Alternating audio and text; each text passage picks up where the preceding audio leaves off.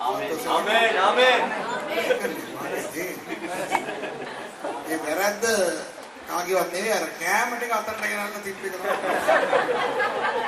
ඒත අරහෙට ගිහිල්ලා ඇඟ විතරක් නේ.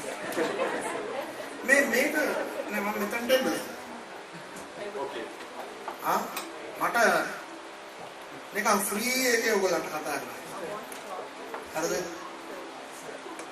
ඔයගොල්ලෝ දැන් මම උගන්වන්න යන දේ මම දේශනා කරන්න යන දේ හොඳට අහගන්න. මෙතන ඉන්න බොහෝ දෙනෙකුට දෙවියන් වහන්සේ හැම කෙනාටම දෙවියන් වහන්සේ අද කතා කරන්න යනවා. හරිද? අපේ ජීවිතයේ ඉපදුන දා පටන් මැරෙන දා දක්වා අපි විවිධාකාර තීරණ ගන්නවා. හරිද? හොඳ තීරණ, නරක තීරණ, වැරදි තීරණ, හරි තීරණ ගන්න. සමහර තීරණ ගත්තාම ඒවා අපිට වාසි. අපිට ආශිර්වාදයක් වෙනවා. හැබැයි සමහර තීරණ ගත්තාම ඒවා අපිට කරදර ප්‍රශ්න කම්කටොළු රෝග ඇති කරනවා. සමහර තීරණ හොඳ තීරණ, සමහර තීරණ නරක තීරණ. හරි ඒ අපි ගන්න තීරණනේ. තවත් කඩිය තීරණ ගන්න ඒවා අපිට බලපාන. අපේ දෙමව්පියෝ, අපේ යාළුවෝ, එහෙම නැත්නම් අපේ සභාවේ අය, අපේ රටේ අය, ඒ අය ගන්නා වූ හොඳ තීරණ නිසා අපිට වාසි තියෙනවා. ඒ අය ගන්න වැරදි තීරණ නිසා අපිට ප්‍රශ්නක් තියෙනවා. දැන් අද මම කතා කරන්න යන මාතෘකාව වැරදි තීරණ ගන්නේ ඇයි? පළවෙනි කොටස. දෙවෙනි කොටස ඒ වැරදි තීරණ ගත්තායින් පස්සේ ඇතිවෙන ඒ විපාක එහෙම නැත්නම් ඒවායින් හටගන්න ප්‍රතිඵල මොකද්ද කියලා බලලා ඒවා හරවන්න පුළුවන්ද? වැරදි තීරණ හැම වැරදි තීරණයක්ම හරවන්න බැරි වුණත් හරවන්න පුළුවන් වැරදි තීරණ හරවන්න පුළුවන්ද? එහෙම හැරෙව්වොත් ඒකේ යම් ප්‍රතිඵලයක් තියෙනවා, ප්‍රයෝජනයක් තියෙනවා. ඒ දේවල් තමයි මම අද කතා කරන්න යන්නේ. දැන් අද මේ කතාවෙන් දෙවියන් වහන්සේ බලාපොරොත්තු වෙන්නේ මේකයි. දෙවියන් වහන්සේ බලාපොරොත්තු වෙන්නේ අතීතයේ ගත්ත වැරදි තීරණ කරන කොටගෙන අද ප්‍රශ්න තුල ඉන්න අපිට දෙවියන් වහන්සේ පිහිටක් පතන්න කැමති වෙනවා කියන. ආමෙන්. කියන්නේ දෙවියන් වහන්සේ අපිට ආදරයි. දෙවියන් වහන්සේ අපිට ආදරයි. උන්වහන්සේ අපි මේ මාරුවේ වැටිලා ඉන්න එක දෙවියන් වහන්සේට ආස නැහැ. දෙවියන් වහන්සේ බලනවා උන්වහන්සේ කොහොම හරි අපිව එළියට ගන්න ඕනේ කියලා. ඒ විතරක් නෙවෙයි. දෙවියන් වහන්සේ තවත් බලාපොරොත්තු ඇතුව තමයි මේ දේශනාව මට දුන්නේ. මොනවද දන්නවද? අදින් පස්සේ අපි ගන්න යන තීරණ මොකක්ද? ඒ තීරණ පිළිබඳව දේවල් අපි කතා කරන්න යනවා. මට කවුරු හරි ඉන්නවනේ බයිබලේ කියවන්න නේද මයික් එකේ? ඉන්නවද? එම්බරේට් සිස්ටර් ඒ ට්‍රාන්ස්ලේට් කරනවා. වෙන කවුරු හරි ඉන්නවා මේ වගේ අතේ බයිබලේ නැහැ. මොකද මම සිංහල බයිබල් කියවන්නේ නැති නිසා මම බයිබල් ගෙනාවේ නැහැ. දෙන්නක් එපා. මම ෆ්‍රී එකේ ඉන්න ඕනේ. හරිද? කවුරු හරි මට ඉන්නවද බයිබලේ මයික් එකේ කියවන්න සිස්ටර්? එන්න සිස්ටර්. හරි. මම කතා කරන්න යන්නේ රූත්ගේ පොතේ. වව්! ගෑනුන්ට හරි හැපි. හරිද? ගෑනු ළමයෙක්ගේ පොතෙන් කතා කරන්න යන්නේ කවම ලේඩීස්ලාට හරි හැපි. හැබැයි රූත්ගේ පොතෙන් කතා කරන්න යන්නේ ඒගොල්ලන්ට රූත් ගැන කතා කරන්නේ. රූත්ගේ පොතෙන් කතා කරන හැම කෙනාම රූත් ගැනනේ කතා කරන්නේ. නේද? ඒ පොතෙන් කතා කරනවා ඒගොල්ලන්ට මම රූත් ගැන කතා කරන්න යන්නේ නැහැ. වැරදි තීරණ ගත්ත අය ගැන කතා කරන්න යනවා. වැරදි තීරණ ගත්තාම මොනවද වෙන්නේ කියලා කතා කරන්න යනවා. ඒ වැරදි තීරණ නිසා ඇති වුණු ප්‍රශ්න හරවන්න පුළුවන් ද යන ආදී දේවල් මම අද ඔබට කතා කරන්න යනවා. රූත්ගේ පොතේ පළවෙනි පරිච්ඡේදයේ පළවෙනි පදය පමණක් කියවන්න කවුරු හරි. මම මේ සටහන් ගන්න අය හොඳට සටහන් අරගන්න. මොකද මම බොහෝ දේවල් ඔයගලන්ට ඓතිහාසික දේවල් කියන්න යනවා. නිකන් මම උඩින් කියාගෙන යන්නේ සමහර වැදගත් දේවල් ඔයගලන්ට මම උගන්වන්න යනවා අද. හොඳයි. රූත් පොතේ පළවෙනි පරිච්ඡේදයේ පළවෙනි පදය අපි බලමු. කියවන්න සිස්ටර්. තවද විනිශ්චයකාරයන් විනිශ්චය කරන දවස්වලදී දේශයේ විසාගතයක් විය.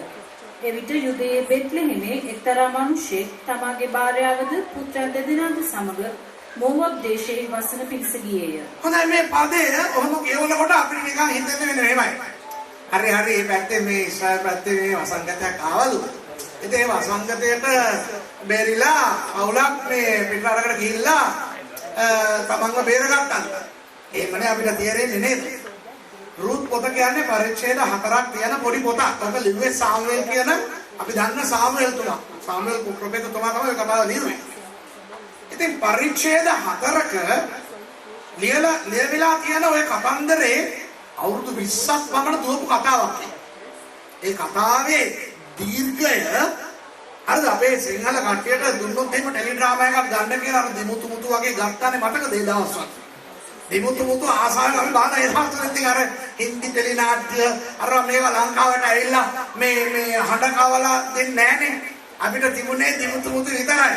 ඉතින් බදාද හවස වෙනකම් බලන් ඉන්නවා දිමුතු මුතු. මගේ අම්මේ ඒකේ අර ඇවිල්ලා මේම හැරිලා එක වචනයක් කියද්දි මතු සම්බන්ධයි කියලා ඉවර වෙනවා. මතකද ඒ ලස්සන දවස්? හරිද? ඉතින් අර වෙන channel එකකට යන්නත් බෑ මොකද අපිට තිබුණේ ඒ ටික විතරයි. අනේ අපේ කට්ටියට මේ රුත් පොත ටෙලි නාට්‍යයක් හැදෙන්න ගන්න කිව්වනම් කෙලින්ම අවුරුදු 50ක් ලංකාවේ අර කෝපි කඩ යනවා. හරිද?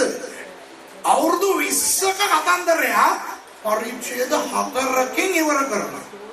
එහෙමනම් කිටියෙන් කියන්නේ කතාව තේරෙනවද? ඒක ටෙලිග්‍රෑම් එකක් යවුවා වගේ. අර mother expired come immediately.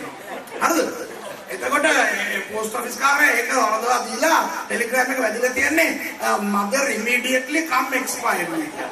හරිද? මේ අහන්නකෝ එතකොට මේකේ කියලා තියෙනවා පළවෙනි පදේ මෙහෙම කියවන හරියි. වසංගතයක් පැමිණි කල එක් පවුලක් මොහොබ් වලට ගොස් මොහොබ් වලට ගියා කියලා කියවනම් ඇති.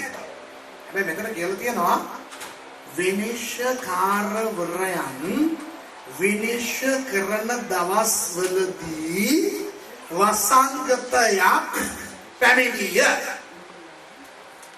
ඒ කාලේ කවදද? විනිශ්චයකාරවරුන්ගේ කාලය කියන්නේ මිත්‍රවරුනි පළවෙනි විනිශ්චයකාරයා කියන්නේ ඔත්නිය. අවසාන විනිශ්චයකාරයා කියන්නේ සාමුවෙල්. ඔත්නියල් පටන් සාමුවෙල් දක්වා විනිශ්චයකාරවරුන් 15 දෙනෙක් ඇවිල්ලා තියෙනවා ඊශ්‍රායල් ඉතිහාසයේ අපේ බයිබලෙත් විනිශ්චයකාරවරුන් කියන පොතේ ඔක සඳහන් වෙනවා. ඒ 15න් එක්කෙනෙක් කාන්තාව. නම දන්නවද? ඩෙබෝරා. මතකද?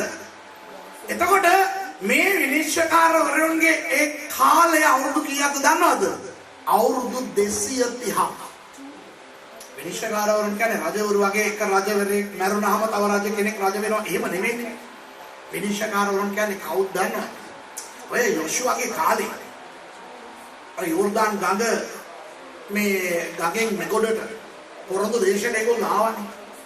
ඇවිල්ලා යොෂුවගේ නායකත්වයෙන් ඒගොල්ලෝ පොඩි රටවල් අල්ලගෙන ඒ දේශය අත්පත් කරගෙන යොෂුවා විසින්ම ඒ දේශය බෙදලා තම තමන්ට කියලා ගත්තා. අර ගෝත්‍ර වලට ගත්තා. හොඳයි. එහෙම අරගෙන යොෂුවා මිය ගියේ ඔහොම ඇතුළට ඇවිල්ලා යෝර්දාන් ගඟෙන් මෙගොඩට ඇවිල්ලා අවුරුදු 25 යොෂුවා මැරුණා. මෝසෙස් මැරෙනකොට යොෂුවාව පත් කරලානේ මැරුණේ. ඒ වගේ යොෂුවා කාවවත් පත් කරලා මැරුන්නේ නැහැ. යොෂුවා මැරුණාන් පස්සේ මේ ජනයාව නඩත්තු කරන්න නායකයෙක් නැහැ. ඒ වුණාට දෙවියන් වහන්සේ කිව්වා මම ඔයගලන්ට නායකයෙක් හැටියට ඉන්නවා. මම ඉතින් මේ අවස්ථාව දීලා තියෙනවානේ. පොතේ හැටියට වැඩ කරන්න කියලා. පොතේ හැටියට වැඩ කරන්න ගියාම අපේ අයියාලට මොනවද වෙන්නේ කියලා දන්නවද? නේද? ඒගොල්ලෝ හින්දු මතයට වැඩ කරන්න පටන් ගන්නවා. ඉතින් ටික අවස්ථාවෙන් පිටව බහැරව ගිහිල්ලා පව් කරන්න ගන්නවා. පාපෙට වැටෙනවා. ඉතින් එක්කෙනෙක් පව් කරන්න ගත්තාම මුළු පවුලම පාපෙට වැටෙනවා. ඊට පස්සේ මුළු ගමම පාපෙට වැටෙනවා. මුළු රටම පාපෙට වැටෙනවනේ. ඉතින් දෙවියන් වහන්සේගේ ආරක්ෂිත අත උන්වහන්සේ ගත්තා. උන්වහන්සේගේ ආරක්ෂිත අත ගත්තාම ඔය අවට ඉන්න කවුරු හරි පිටරට කාරේ රජ කෙනෙක් ඉස්රායල් වලට විරුද්ධව ඇවිල්ලා ඒගොල්ලන්ව පීඩනය කරගෙන ඒගොල්ලන්ව පීඩා කරගෙන ඒගොල්ලන්ගේ හොඳ දේවල් හොරකම් කරගෙන යනවා. ඉතින් ඒ වගේ ප්‍රශ්න මේගොල්ලන්ට එනකොට මේගොල්ලෝ බේරන්න කවුරුත් නැහනේ.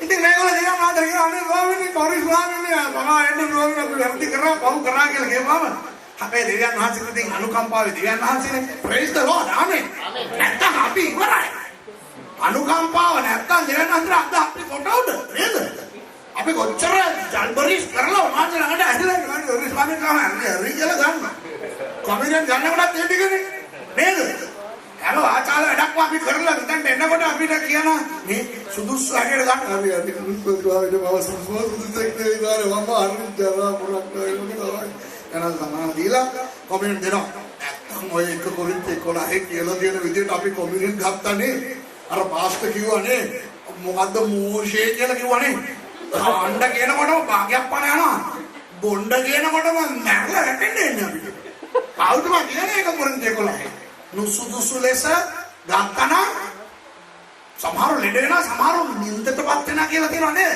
ඒක නිකන් මේ අර කාලා නිදාගන්න ඒ නින්ද නෙවෙයි ඉවරයි නැගිටින්නෙම නැහැ හරිද ෆුල්ලිස්ලි හරිද දෙවියන් වහන්සේගේ අනුකම්පාව නිසා ඉතින් මේ මිනිස්සු පසුතැවෙනකොට දෙවියන් වහන්සේ හරි හරි මම ඔයගොල්ලව බේරන්නම් කියලා ආව හරි කෙනෙක්ව නැගිට්ටා හරිද ඒ කෙනා මොනවද කරන්නේ දෙවියන් වහන්සේගේ බලෙන් අර හතුරන්ව ගහලා එලවලා මේ අයට මිදීම ලබා දෙනවා හරිද එතකොට ඊශ්‍රායලයේ දේශයට අර පුද්ගලයා විසින් මේ මිදීම ලබා දුන්නාම ආරක්ෂාව ලබා දුන්නාම එදා ඉඳන් මිනිස්සු මෙයා ළඟට තමයි ඒගොල්ලන්ගේ ප්‍රශ්න කරදර ගේන්නේ. එයා විනිශ්චයකාරවරයා හැටියට මුළු රටම සලකනවා. හරිද? ඒ මිනිස්සයා ඉතින් මැරෙනකම් මිනිස්සු හොඳින් ඉන්නවා. මැරුණාද ආපහු භූතයා මුරුංග ගහට නැග්ගා. හරිද? ආපහු අර ටික ටික යකාට යනවා. ආය දෙවියන් වහන්සේට තරහා ගිල්ල උන්වහන්සේගේ ආරක්ෂිත දෑත අයින් කරනවා ආය මේගොල්ලෝ පසුතැවිලි වෙනවා ආය කාව හරි කෙනෙක්ව පත් කරනවා ඔන්න ඕක තමයි අවුරුදු 230ක් තිස්සේ සිදු වුණේ දැන් ඔයගලන්ට තේරෙනවද විනිශ්චයකාරවරයන්ගේ පොත කියන්නේ මොකද්ද කියලා දැන් ආය ඔය කතාව ඔයගොල්ලෝ කියවුවොත් ඔය පොත කියවුවොත් ඔයගලන්ට තේරෙයි මොකද්ද වෙච්ච සිද්ධීන් කියලා දැන් අවුරුදු 230ක කාලයක් තිස්සේ ඒ විනිශ්චයකාරවරුන්ගේ කාලය පැවතුනාලු ඒගොල්ලන්ගේ කාලේ වසංගතයක් ආවා. ඒව සාගතයක්ද වසංගතයක්? සාගතයක් ආවා. සාගතයක් එනවා කියන්නේ මොකක්ද දන්නවද? පළවෙනි වැස්ස, අන්තිම වැස්ස කියලා වර්ෂ දෙකක් තියෙනවා ඊශ්‍රායල් රටට. එතකොට සමහර වෙලාවට සමහර දවස්වල ඔය වර්ෂ දෙකම එන්නේ. ඒතකොට මුළු අවුරුද්දෙම වර්ෂා පරණයක් නැහැ. එතකොට මොනවද වෙන්නේ? වතුර හිඟකම එනවා සාගතයක් එනවා. එතකොට මම බරණ කිවිසුම හාරලා බලලා හොයන හාදයක් නිසා ඔය දන්නේ නැති මම කියන්නේ. හරිද? මම ඒක ඔක්කොම හොදිසි කරන බයිබල් විද්‍යාඥයෙක්. හරිද? ඉතින් මම හොයලා බලුවා මේ අවුරුදු 230 තිස්සේ සාගත කීයක් ආවද කියලා 54ක් ආවා. දැන් මගෙන් අහනවා පාස් බයිබලේ ඕක නැහැ. ඒ නිසා ඕක වෙන්න බෑ කියලා. අනේ දෙයියනේ. ඕවත් බයිබලේ ලියන්න ගියොත් අපිට මෙච්චර උසක බයිබලයක් ඇති පොළොවේ. හරිද? අපි හොයලා බලන්න ඕන දේවලුත් තියෙනවා. මේ සාගත 54ක් ආවා ඔය අවුරුදු 233. ඒකේ කොයි සාගතයේදීද මේ කතන්දරේ උනේ කියලා මම පස්සේ පෙන්නන්නම්. අන්න එතකොට තමයි අපිට තේරෙන්නේ මේගොල්ලෝ ගත්ත වැරදි තීරණය මොකක්ද කියලා. තේරෙනවද? හරිද? අනේ මම තේරෙනවද කියලා අහනකොට ඕක නෑ බෑ මොකක් හරි එකක් ඇක්ෂන් එකේ හරි කියන්නේ. මොකද මේ අවුම හරිද? අදට මගේ තුන්වෙනි දේශනාව. හරිද? උදේ ටීවී එකේ දේශනා කරා. ඊට පස්සේ මේ ඇවිල්ලා ස්ටඩි එකක් දුන්නා. දැන් තුන්වෙනි පාර ඔයගොල්ලෝ ලස්සනට කූල් එකේ ෆෑන් එකක් ඔයගොල්ලන්ට වදින්නේ. මම කෝට් එකකුත් දාලා, ෂර්ට් දාලා, බැනියන් දාලා, ෂර්ට් දාලා, ටයි දාලා, කෝට්ුත් දාලා ඇවිල්ලා ඉන්නේ. හරිද? ඒතර ඔයගොල්ලෝ බලයි පාස්තුසුරේලා මහා මුදුබණ්ඩේ කෝට් එක දාන වෙන මුණක් දෙවි. මම කෝට් දාගෙන ඉන්නේ නැතුව අත ඉස්සුවා නම් මගේ අර මේ අත් කොට ෂර්ට් එක කොට නැහැ. අර බැනියම එළියට පානිනවා. ඒකයි මම මේ කෝට් දාගෙන එන්නේ. හරිද? ඔයගොල්ලෝ හිතන්න එපා මේ පාස්තුරේට මොනවද උනේ මේ වලට කෝට් දාගෙන. මගේ බැනියම දෙන යතයිනේ නේද? අත ඒක නක්කා. අර පාස්තරාලේ දෙතරා කරා. අත උස්සන දැනෙන්න ඇතුලේ තියෙන බැනියම එළියට. මෙන්න පාස්තරේ ඒක නිකයි කෝට් එක දැන්නේ. ඒකටත් බනින්නේ. හරිද? ඉතින් මට මේ දාන්න මම රස්නේ ඕගොල්ලෝ අවදි වෙලා ඉතන මගේ අන්තිම දේශනාව දෙයියා. ආයෙ මම කවද එන්නේ. ඒ නිසා පොඩ්ඩක් ප්‍රතිචාරයක් දෙන්න. හරිද? සන්තෝෂෙන් ඉන්නේ. praise the Lord. හරි. එතකොට මේ විනිශ්චයකාරවරුන් විනිශ්චය කරපු ඒ දවස්වල ඔන්න එක සාගතයක් ආවා. සාගතයක් ආවම බෙත්ලෙහෙම් වල හිටපු මිනිස්සුනේ භාර්යාවයි පුතු දෙන්නයි අරගෙන ඔන්නේ ඔන්නේ සාගතයක් අපිට නම් අහයි ඉන්න බෑ. අපි අයින් කියලා මොහොතකට ගියා. ඕක කියවනකොටම මන්නේ පව් වගේ හිතෙනවා. හැබැයි මම එකක් කියන්නද? ඒ මිනිස්සයා කරේ ලොකු වැරද්දක්. ඒ මිනිස්සයා ගත්තේ වැරදි තීරණයක්. ඇයි දන්නවද? ඒ සාගතේ එච්චර සැර සාගතයක් නම් ඒ ගමේ හිටපු අනිත් අය ඇයි කියන්නේ? හරිනේ? බෙත්ලෙහෙම් වල හිටපු බහුතරයක් යන්න ඕනේ. අර යන්න බැරිම කට්ටිය ඉන්නවා මිසක් අනිත් කට්ටිය යන්න ඕනේ. ගියේ පවුල විතරයි. දැන් අවුරුදු 20කට පස්සේ ඒ ගිය 4 දෙනා එක්කෙනෙක් එනවා. ණයෝ එනවා. ණයෝ එනකොට ඒ හිටපු කට්ටිය එයාව අඳුරගත්තා. මේ අපි අර ණයෝ කන්නේ කියලා කියනවා. එහෙම අඳුරගත්තා කියන්නේ අර සාගතයේ කාලේ ඔතනින් බේරිලා නොගිය අය පණ පිටින් ඉන්නවා. ඒගොල්ලෝ මැරුන්නේ නැහැ. ඒ කියන්නේ ඉතර සැර සාගතයක් නෙවෙයි. එතකොට ඇයි පැනලා ගියේ? වැරදි තීරණයක්. දැන් වැරදි තීරණය කියලා මම විතරම කියන්න තව හේතුවක් තියෙනවා. ඇත්තටම සාගතයට බයලා ගියා කියලාම හිතමුකෝ. සාගතයක් නැති දැනකට යන්න ඕනේ. මොහොත් වලටයි කියේ. මොහොත් කියන්නේ මොනවද දන්නවද? ඒ මල මුහුදෙන් එගොඩ තියෙන රට. ශාපලක් රට. අම්මෝන් මොහොත් කියන රටවල් දෙක කොහොමද දන්නවද හටගත්තේ? මතකද ආබ්‍රහම්ගේ අයියාගේ පුතා ලෝත් සහ භාර්යාව දුවර දෙන්නත් එක්ක සෝදොම් වල හිටියා මතකද? උත්පත්ති පොතේ. එතකොට සෝදොම් විනාශ කරන්න යනවා ගොමෝරාත් එක්ක කියලා දෙවනහස තීරණය කරලා. ලෝත්යි පවුලටයි දුවන්න කියනවා පණ බේරගෙන. ඒගොල්ලෝ දුවනකොට අර මේ ලෝකේ භාර්යාව හැරලා බලලා ලුණු කණුවක් වුණා. එතකොට තාත්තයි දුවර දෙන්නයි විතරයි ඉතුරු වුණේ. ඒ හරිය තිබුණා සෝවාර් කියලා තවත් රටක් නගරයක්. ඒ ඉන්න බයයි නැහැ. ඔය ගියා කාට මොනවා වෙයිද කියලා බයට මේගොල්ලෝ මිනිස්සු එක්ක ජීවත් නොවි ඔය කන්දක් උඩට ගිහිල්ලා ගුහාවක ජීවත් වෙන්න පටන් ගත්තා. තාත්තයි දුවර දෙන්න. ඒ දුවර දෙන්න මොනවද හිතුවේ? අපිට පරම්පරාවක් නැහැ. වංශයක් නැහැ. ඒ නිසා අපි මෙහෙම වැඩක් නෝ කියලා. තාත්තට බොණ්ඩ දීලා. මත්තුණයින් පස්සේ ඒ තාත්තත් එක්ක නපුර විදියේ හැසිරීමකින් සංසර්ගයේ ඉදිලා ඒ දුවර දෙන්න තාත්තා තුලින් ගැබ් අරගෙන පුතු දෙන්නෙක් බිහි කරා. එක පුතෙක් තමයි අම්මෝන් වරුන්ගේ පියා. එක පුතෙක් මොහොත් වරුන්ගේ පියා. එතකොට උපතින්ම ශාපල නපුරු ජනයා ඔය අම්මෝන් මොහොත් කියලා කියන්නේ. ඒ වගේම මොහොත් ගැන මම ඉස්සෙල්ලා කතා කරා මතකද? බාලක් රජතුමා. බාලම්ව ගෙනල්ලා ඒගොල්ලන්ට සාප කරන්න try කරේ. ඒ ඔක්කොම මොහොත් වරු. එතන බාලම් ඇවිල්ලා ආශිර්වාදෙ දුන්නේ. ඊට පස්සේ මොනවද තමයි බාලක් කරේ? ඒගොල්ලන්ගේ මොහොත් කාන්තාවන් දවලා මේ ඊශ්‍රායල් වරුන්ව පාබෙට වටලා දහස් ගණන් ඊශ්‍රායල් වරුන් මැරෙන්න මේ මොහොත් වරු හේතුවක් වුණා. ඒ වගේ ශාපලත් ඊශ්‍රායල් විරෝධී මොහොත් රටත් එක්ක කිසිම ගනුදෙනුවක් තියෙන්න හොඳ නැහැ කියලා දෙවියන් වහන්සේ කියලා තියෙන්නේ. සාගතයට බය වෙලා සාගතයට බේරිලා මේගොල්ලෝ මොහොත් වලට ගියේ ඇයි? හරිනේ? තර්කය හරිනේ? දැන් ඉස්රායල් රට කියන්නේ මම නිතරම කියන දෙයක් තමයි ඒක නිකන් මේ ලොකු විශාල ඇමරිකාව වගේ පළල් රටක් නෙවෙයි පටු රටක්. කිලෝමීටර් 70යි මේ පැත්තෙන් අර පැත්ත. දිගයි. උතුරෙන් දකුණට හරි දිගයි. එතකොට මේගොල්ලෝ බෙත්ලෙහෙම් පැත්තේනේ ඔය සාගතේ ආරි. ඒගොල්ලන්ට ඇත්තට වතුර තියෙන ප්‍රදේශයකට යන්න ඕනේ නෑ. ඔය ඊශ්‍රායල් තුලම උතුරට වෙන්න ඔය හෙර්මෝන් පැත්තට ඔය දාන් ගෝත්‍රයට දීලා තිබ්බ පැත්තට ගියෝ අර සාගතේ ඉවර වෙනකන් තමන්ගේ රටේම හොඳට ඉඳලා ආපහු බෙත්ලෙහෙම් වලට එන්න තිබ්බා. තේරෙනවද මං කියන්නේ? මොහොත් වලට යන්න ඕනේ නෑ. දැන් බලන්න මම නුවර නම් බය භාගයක් යන්න ඕනේ බෙල්වුඩ් වලට. පොඩ්ඩක් සීතලයි. නුවර එළිය තරම් සීතල නැති වුණාට නුවර පොඩ්ඩක් සීතලයි. මම කිව්වොත් එහෙම අයියෝ නුවර සීතලයි. ඒ නිසා මම ඒ සීතලට බේරිලා ඉන්දියාවට යනවා කියලා ඔයගොල්ලෝ මොනවා හිතන්නේ?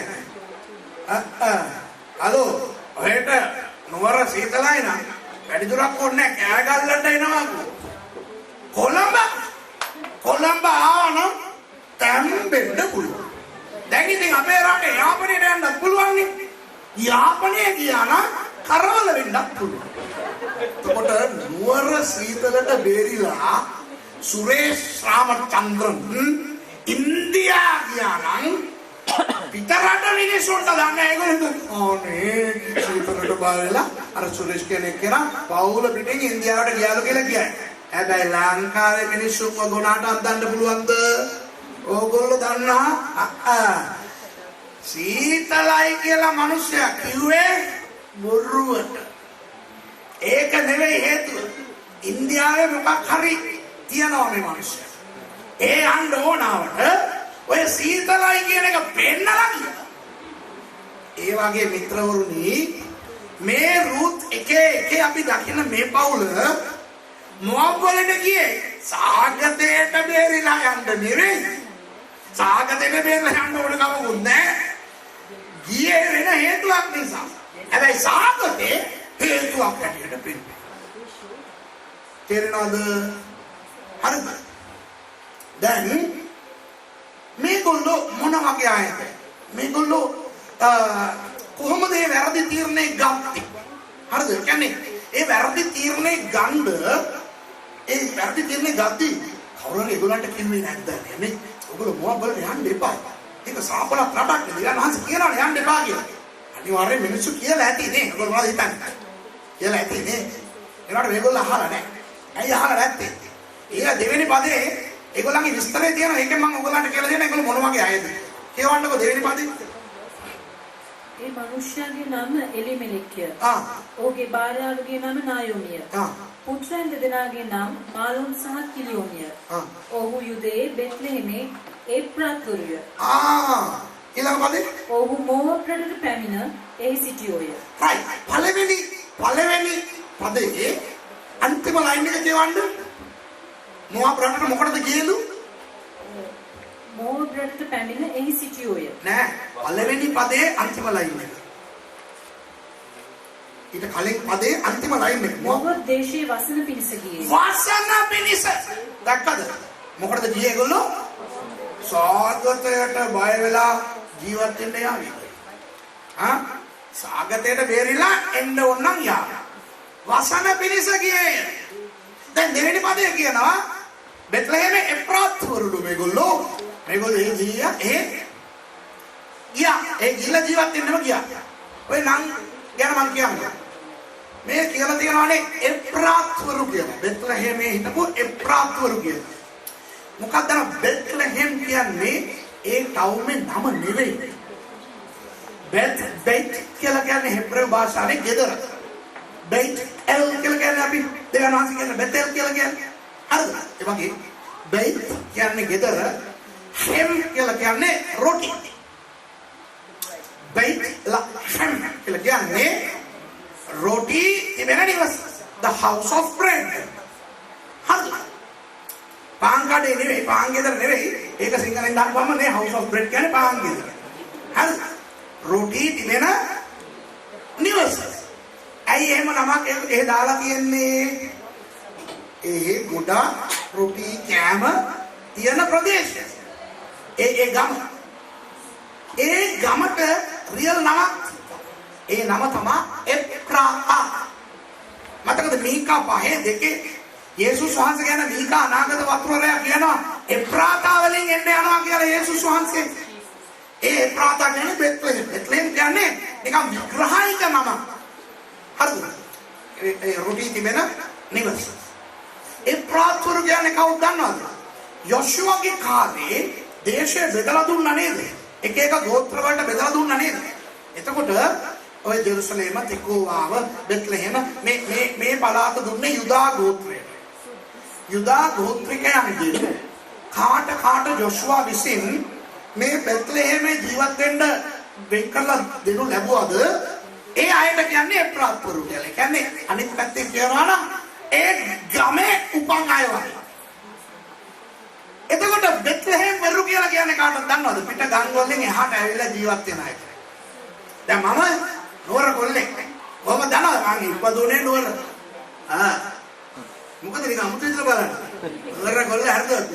පාස්ටර් උනාට මොකා වුණා අපි නුවර කොල්ලෝ. දැන් නුවරට ඔය පිට ගම් වලින් ඇවිල්ලා ජීවත් වෙන කට්ටිය. ඒගොල්ලෝ නුවර ජීවත් වෙනවා. සින්නක් කර ගයක් තියනවා ඇති. ව්‍යාපාරයක් තියනවා ඇති. එහෙනම් අපි නුවර කොල්ලෝ රියල් නුවර කොල්ලෝ අපි ඉපදුනේ නුවර. මේගොල්ලෝ පිටින් ආපු අය. ඒකට අපිට අර කණ්ඩිකම තියෙනවා. තේරෙනවද? ඒ වගේම ඔය මේ ගම පැත්තේ ඉන්න කට්ටිය බලන්න අපි මේ ගමේ උපන් අය හරිද? හරිද? සමහර කියන්නේ අපි කොල්ලු පිට යන්නේ අපි මර දාන්න කොල්ලෝ හරිද? ඒ ඇයි? ඒගොල්ලෝ ඉපදුනේ. අනිත් කට්ටිය පිටින් ආවා. එතකොට මේ ප්‍රාත්වරු කියලා කියන්නේ කවුද දන්නවද? අපේ ගම මේ හරිද? මේගොල්ලෝ මේ පිටින් ආපු කට්ටිය පහක් දාන්න එපා අපිට. අර ඒ ටයිප් එකේ එලිමෙලෙක්ලා බෙත්ලෙහෙම ඒගොල්ලන්ගේම නගරේ. එතකොට ඒකට අපි කියන්නේ මම කියන්නේ සිංහලෙන් අලි ඔළුව. මොනවාද? අලි ඔළුව. අලි ඔලු කාර්යෝ සභාවට ආවනම් අනේ දෙවියනේ අනුශාසනා දෙන්න හරිය අමාරුයි.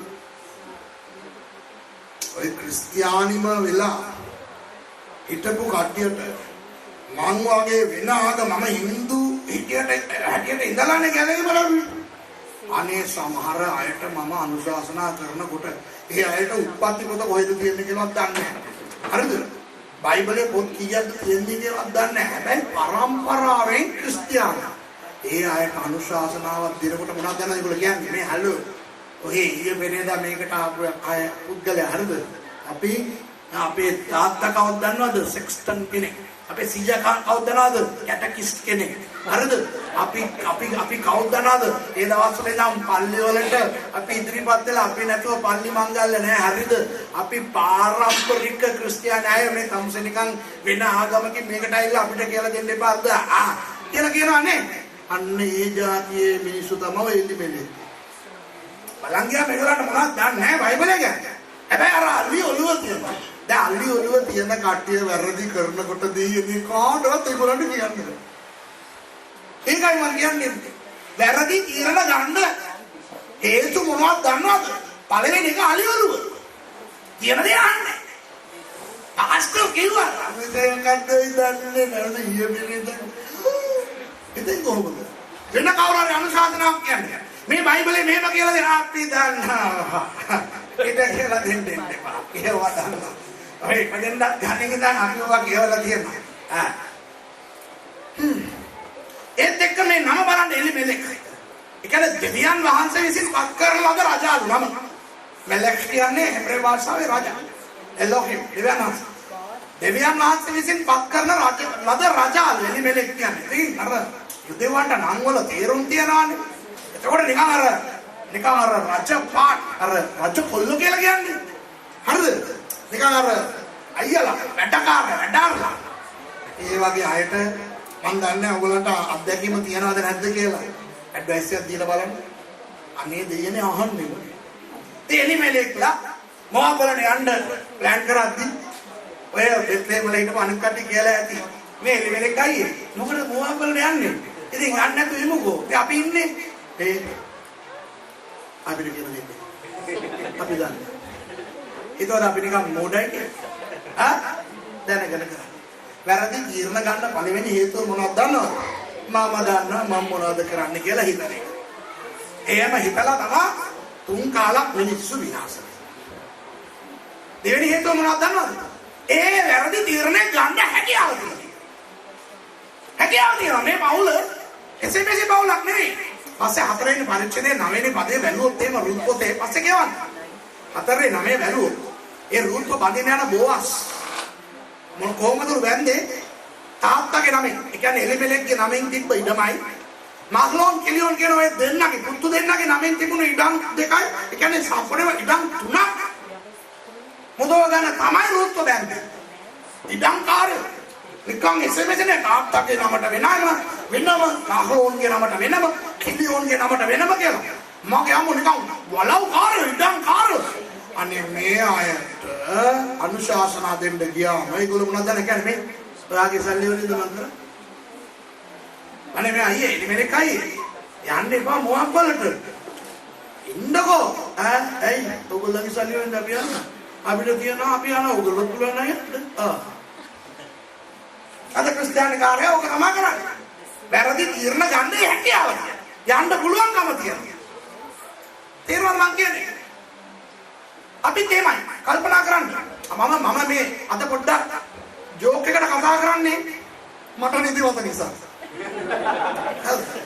බොරුනේ කාටද මං කිව්වා ඉස්සලා කාටද මේ බ්‍රදර්ද මං කිව්වා මම බ්‍රදර්ට ගියා මේක යනවා ඇයි මට නිදිමතයි එතන මට නිදිමතයි දැන් ඔයගලන්ට 119 වෙනි ගීතාවලිය කියන්න කියලා මම මේ පාරක් දැම්මෝ 119 වෙනි ගීතාවලිය අද 176ක් තියෙනවා ඔයගොල්ලෝ තියවගෙන ඉන්නේ මම හොඳ නිින්දක් දාලා ඉන්නේ චිරට මහන්සි එනිසා මම රීලුවේ කතා කරනවා මම අවදියෙන් ඉන්නවා මම අවදියෙන් ඉන්නකොට ඔබත් අවදියෙන් ඉන්නවා කියලා මට විශ්වාස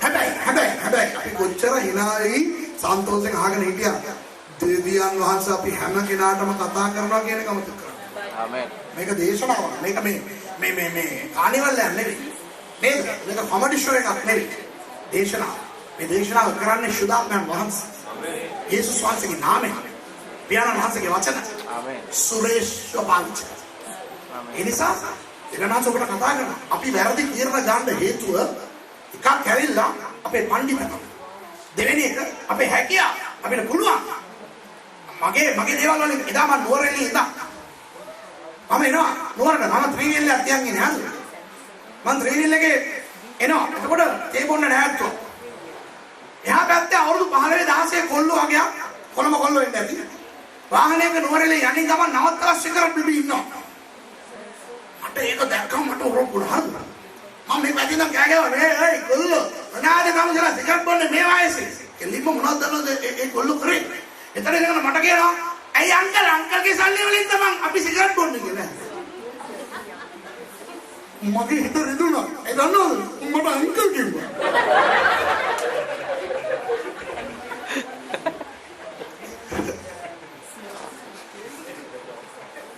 දැක්කද ඒගොල්ලන්ගේ වැඩේ ඒගොල්ලෝ මොනවද කියන්නේ ඔයාට මොකද අපේ සල්ලි වලින් නෙබොන්නේ ඔයාගේ සල්ලි වලින් නෙවෙයි බොන්නේ අනේ ආකල් මං වැරදි කරා නම්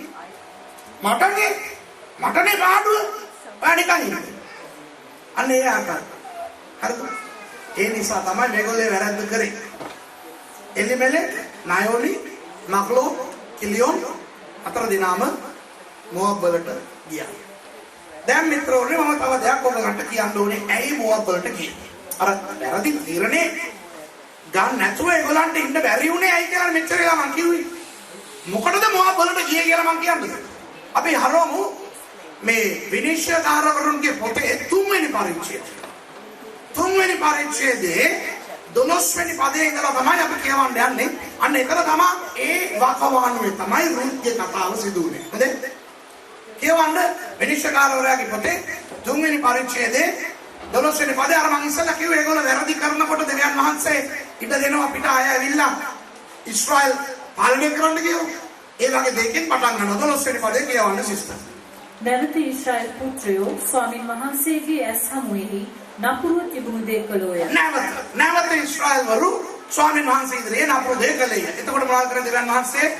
ඔවුන් ස්වාමින් වහන්සේගේ ඇස් හමුවෙහි නපුරුව තිබුණු දේ කළ නිසා උන්වහන්සේ ඔවුන්ට විරුද්ධව මෝවබ්හි රජු එග්ලෝන් බලවත් කළසේක. ඒවන් එග්ලෝන් කියන රජවරයා ඒ වකට මොවාබ් රටේ රජවරයා හැටියට හිටියේ ලොකු බඩපටියෙක්. හරිද? පස්සේ කියලා තියෙනවා අර මිනිස්සෙක් කියලා. ඒ කියන්නේ මේ හෙබ්‍රේව භාෂාවෙන් බලනකොට හරි මහත බඩ මෙහෙම තියෙන බඩපටියෙක්. හරිද? එග්ලෝන් කියන මිනිසයා තමයිලු රජ මොවාබ් වල. ඔහුගේ අත දෙවනාස බලවත් කරාලු ඊශ්‍රායල් වරුන්ට විරුද්ධව. පස්සේ මොනවද උනේ? ඔහු අම්මෝන් සහ අමලෙක් පුත්‍රයන් රැස් කරවාගෙන ගොස් ඊශ්‍රායලට පහර දුන්නේය. ඔහු ඉදිගස් නුවරද හිමි කරගත්තෝය. ඉදිගස් නුවර කියලා කියන්නේ ජෙරිකෝ. අර අපි දන්නේ ජෙරිකෝ කියලා. ජෙරිකෝ වලට කියන්නේ ඉදිගස් නුවර කියලා. හරිද? ඒ නුවරත් අල්ලගත්තා. මොකද මල මොහොත පැනලා මෙහාට ආපු ගමන් ඉස්සල්ලාම අහුවෙන්නේ ඊශ්‍රායල් තුල ඔය ජෙරිකෝ තමයි. ඒකත් සෑහෙන දුරට ඒගොල්ලෝ අත්පත් කරගත්තා. දැන් කියවන්නකෝ. කියවන්න සිස්ටර්. ඊශ්‍රායල් පුත්‍රයෝ මෝවාබි රජු වූ එග්ලොන්ට 18 අවුරුද්දක් සේවය කළෝය. දැන් එග්ලොන් ඇවිල්ලා ඊශ්‍රායල් රට කාගලා ඒ අයව රට තුලම නිකන් අහල්ල වගේ තියාගෙන හිටියා.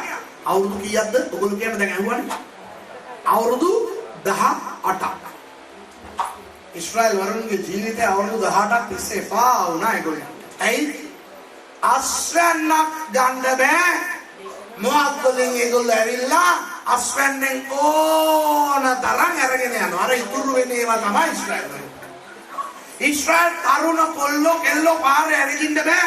ඒටි ගමන් ඔය මොහබරු එනවා. එන්න මේ අයව අල්ලගෙන ගෙනියනවා. ගිහිල්ලා ඒ රටේ වයිස්කමට හෝ වැඩකාරකමට පාවිච්චි කරනවා. ඇවිල්ලා මේ ඊශ්‍රායල් වරුන්ට දස වද දෙනවා. නිකන් එතකොට ඇවිල්ලා ගහලා අර ජොලියට ගහලා යන්නේ. හරිද? අර ජොලියට සොමියට ගහන ඒව ඔක්කොම කරනවා. අවුරුදු 18ක් තිස්සේ ඊශ්‍රායල් වරු පුදුම පීඩාවක් ඉන්න තමන්ගේ රට තුල. හැබැයි වහල් හැකේ වෙන කොහොමද ගියේ නෑ තමන්ගේ රට තුලම. ඉතින් එහෙම කුටි කානකොට මොනවද කරන්නේ? අර අපි කරන දේ තමයි ඒක කරන්නේ. අපිත් බලන්න හොඳට ඉන්නකොට දෙවියන් වහන්සේව නිකන් සයිඩ් එකේ තියන් ඉන්නවා. සාරිනේ අපි වහන්සේ අමතක කරේ නෑ. හරිද? පල්ලියක් සයිඩ් එකේ තියන් ඉන්නවා. ඉතින් එක මල්ලිවත් එනවා. ඇයිලා වෙනවා මේ අපි පල්ලිය දාලා ගියේ නෑ පස්සට වෙලා හරි තාම ඉන්නවා. හරිද? දැන් ඒක පාස්ටර් කාලයක් තියලා අල්ලා මාස් මොකද? ඉන්නවා අපිත් ඉන්නවා. අර ඒ වගේ අපි හොඳට ඉන්නකොට මොකක් හරි ලොකු ප්‍රශ්නයක් ආවම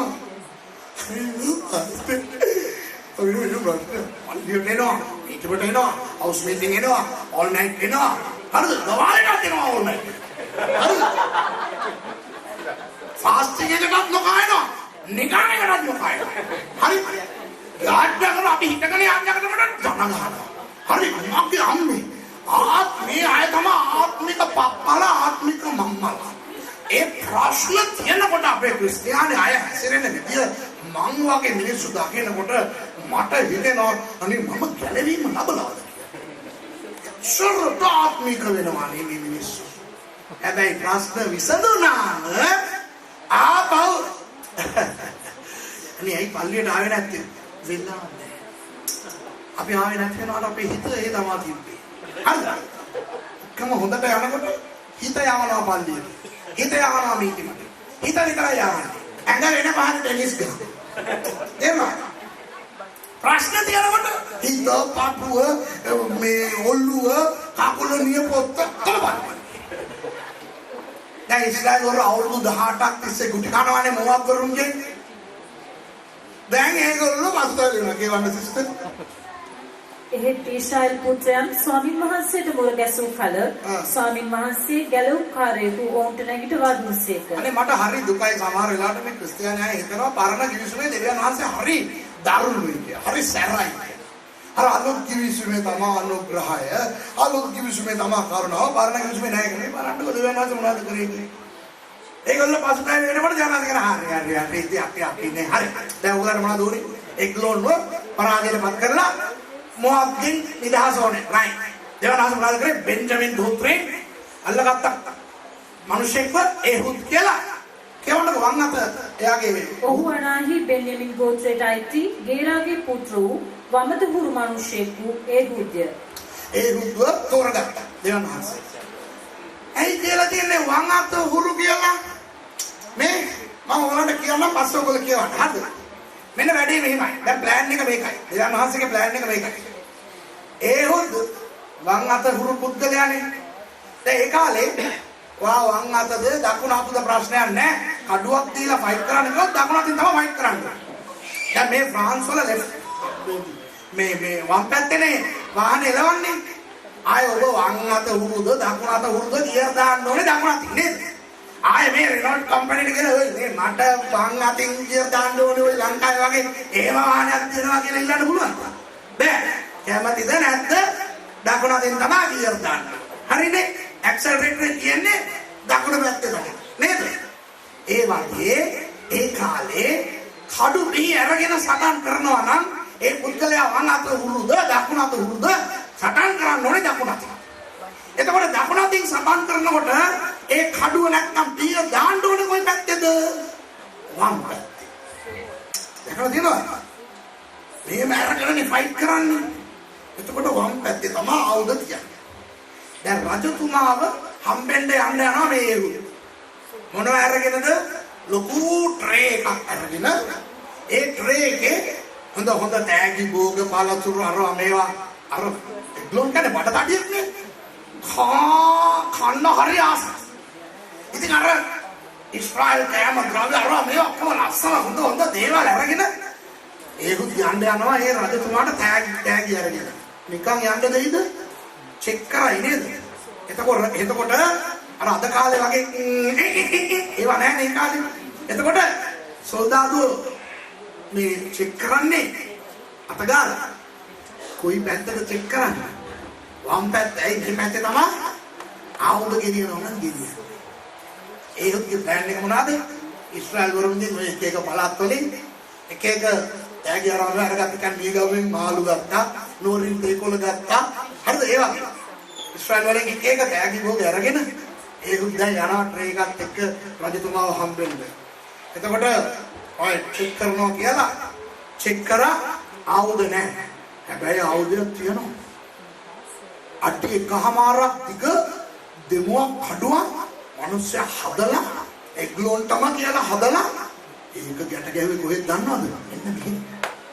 දකුණු පැත්තේ මෙන්න මේ හරිය ගැට ගහගත්තා. ඒ පැත්ත චෙක් කරන්නේ නැහනේ. ඒකත් එක්ක තමයි මෑන් ඇතුළට යන්නේ. දැන් ආවුද නැහැ කියලා යවනවනේ. යවනකොට ඉග්ලොන් රජතුමාට ගිහලා මේ තෑගි ටික දුන්නාම මිනිහත් අරගෙන ඒවා කාලා ටික ඉග්ලොන් රජතුමා ඒ හුත්ත කැමති වෙනවා. හරිද? කැමති වෙලා ෆුල් හැපි මෑන්. පස්සේ කියනවා මේ ඒ හුත්තු එන්න හලෝ මගේ මාලිගාව පෙන්නන්නම්, මගේ වතු ටික පෙන්නන්නම් කියලා මෙයාට හොඳ ටුවර් එකක් එම දෙනවා රජතුමා. දීලා ඉවර වෙලා අන්තිමට දැන් ඒහුත් ෆුල් දන්නවා දැන් රජතුමා මාත් එක්ක හොඳටම ෂේප් කියලා. ඒහුත් කියනවා මේ රජතුමනි කාරණයක් තියෙනවා කියන්නේ. පෞද්ගලිකයි රහසිගතයි. එහෙමද?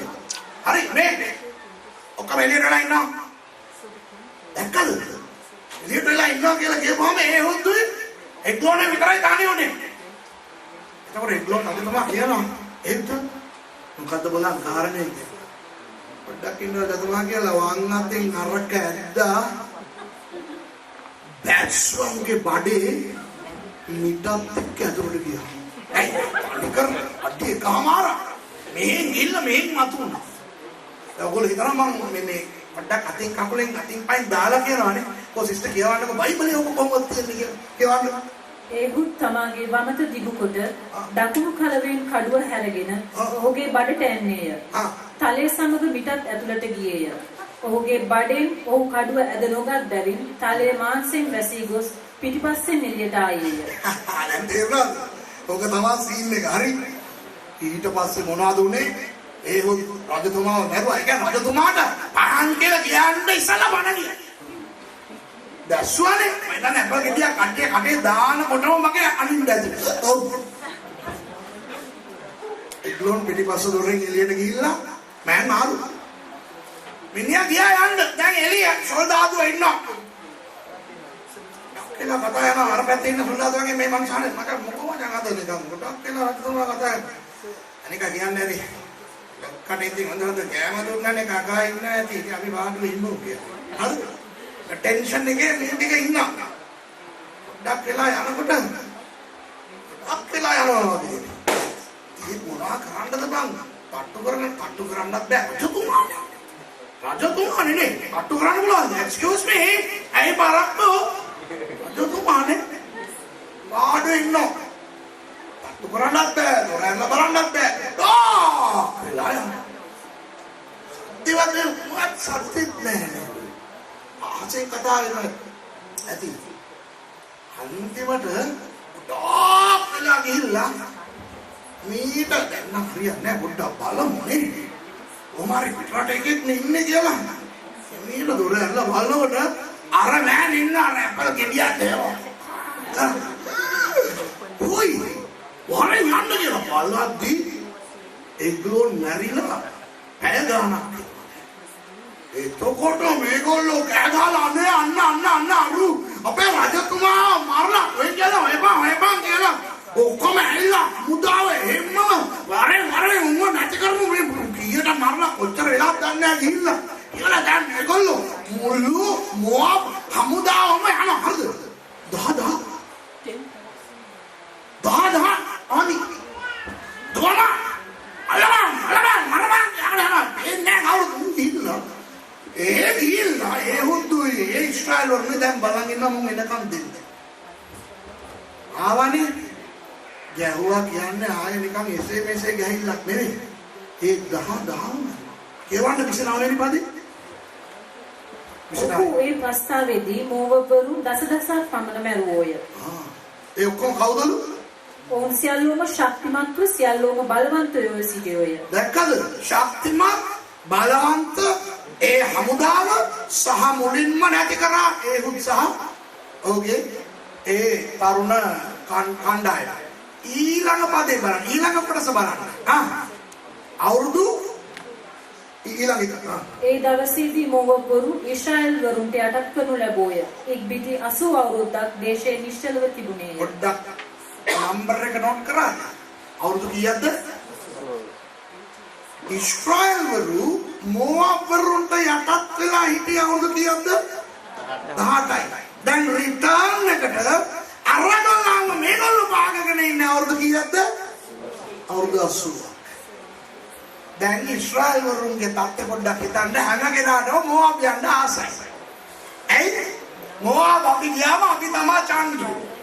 ඒ අය අපිට බයයි. දැන් තරුණයෝ නැහැනේ කවුරු? දැන් ඒ රටේ ඉන්නේ ඔක්කොම නාකි පප්පලා. හරිද? ආච්චිලා ගෑනු ඉන්නවා. ළමයි ඉන්නවා. අර අපි ගියාම අපි බය වෙන්න ඕන අර තරුණයෝ සොල්දාදෝ ඒගොල්ලෝ කවුරුත් නැහැනේ. ඉතින් ඊශ්‍රායල් වරුන්ට හරි ආසයි. මොවාබ් ගිල්ල කලස් පෙන්නලා දන්නවද? හරි ආසයි. දැන් මම දන්නේ එලිමෙලෙක් ගියාද මග්ලෝන් කිලියොන්න ගියාද කියලා මම දන්නේ නැහැ. යන්න ඇති. හරිද? කෙසේ වෙතත් යන්නම ඕනේ නෑනේ බලන්න. දැන් ලංකාවේ ඉඳගෙන ෆ්‍රාන්සෙන් දෝනේ ඉතාලියෙන් දෝනේ කියලා අර අපේ අය දඟලන්නේ ඒගොල්ලෝ ඇවිල්ලා බලපු නිසානේ ඇවිල්ලා බලනවා කියන්නේ. හරිද? අර ගිහලා එන කට්ටිය කියන ඒවා දැකලා නේ දැන් එලිමෙලෙක්ලා දැකලා ඇති මොවක් බලන්න ගිහිල්ලා එන කට්ටිය හොඳ පොරින් බඩු අරගෙන ඉනවා මොවක් මේකින් මොවක් කියලා හොඳ ඒවා අරගෙන ඉනවා හරි ඉතින් ඒගොල්ලන් හරි ආදරේ මොකක් ගන්න දැන් යන්න ඉතින් බාධාවක් නෑනේ ඒක අර ඉමිග්‍රේෂන් ප්‍රශ්නයක් නෑ විසා ප්‍රශ්නයක් නෑ අපි ගියාම අපි රජවරු ගිහිල්ලා ඉතින් එලිමෙලෙක්ට මොවක් ගන්න ඇඟේ යන්න කලින් කියේ මොනවද හිතන්නේ? තේරුණාද? ගිහිල්ලා මොකක් බලද? දැන් මම මෙහෙම කියනවා තරහ වෙන්න එපා. තරහ වුණත් කරන්න දෙයක් නැහැ.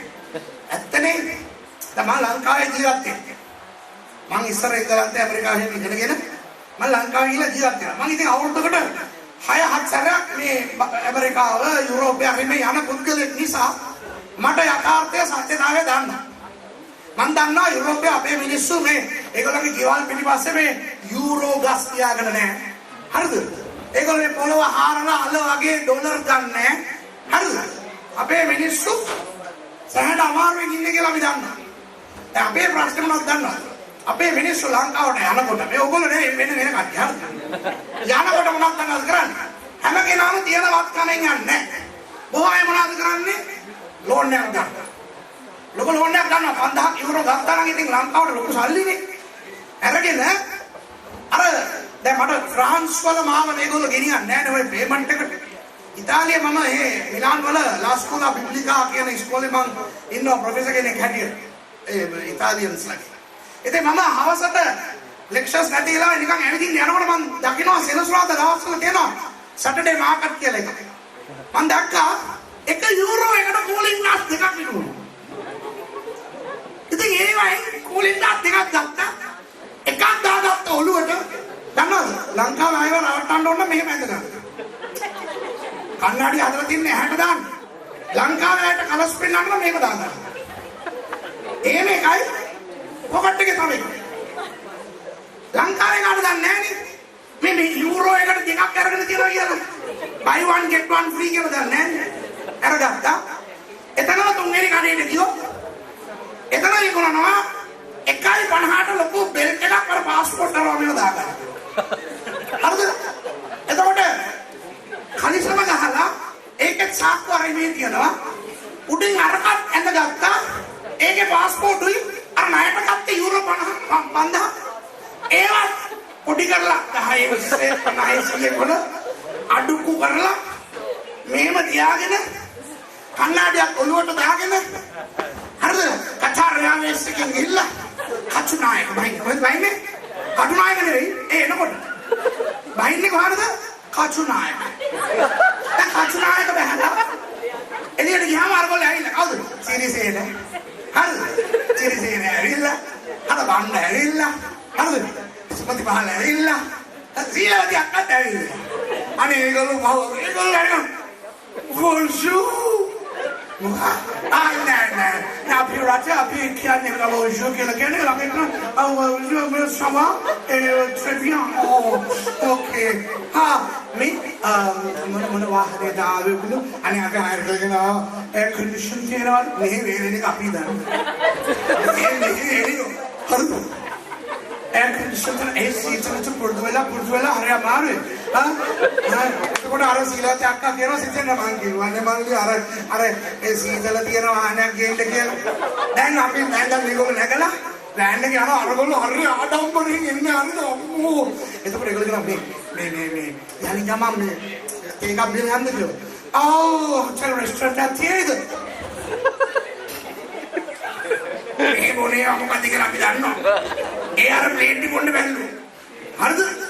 ඉතින් අර බැස්ස කචුනායක බැස්ස වෙලේ ඉඳන් අර කරන යන්න ආපු මිනිස්සු හිතනවා අනේ අපේ ජිල් ජෝන්ට වෙලා තියෙන චල හොඳට අනේ දැන් නම් මෙන්න සුද්ධ වගේ මම කාට විතරයි වෙනස්ව නැත්තේ. අනේ අපිත් යන්න ඕනේ. මගේ පුතාවත් යවන්න ඕනේ. තාත්තලා හිතනවා මට බැරි වුණ එක මගේ පුතාව ආවේ මොනවාරි කරලා මගේ ගෑණිගේ දෙල්ල බෙද ගන්න දැල්ල නිකුණා හරි. මගේ පුතා යවනවා කියලා තාත්තා හිතනවා. අම්මා හිතනවා මගේ අර මල්ලිගේ නමට අම්මා ලියපෙක නඩු දාලා හරි ඒ ඉදම අරගෙන නිකුණා මගේ දුර යවන්න ඕනේ. හරිද?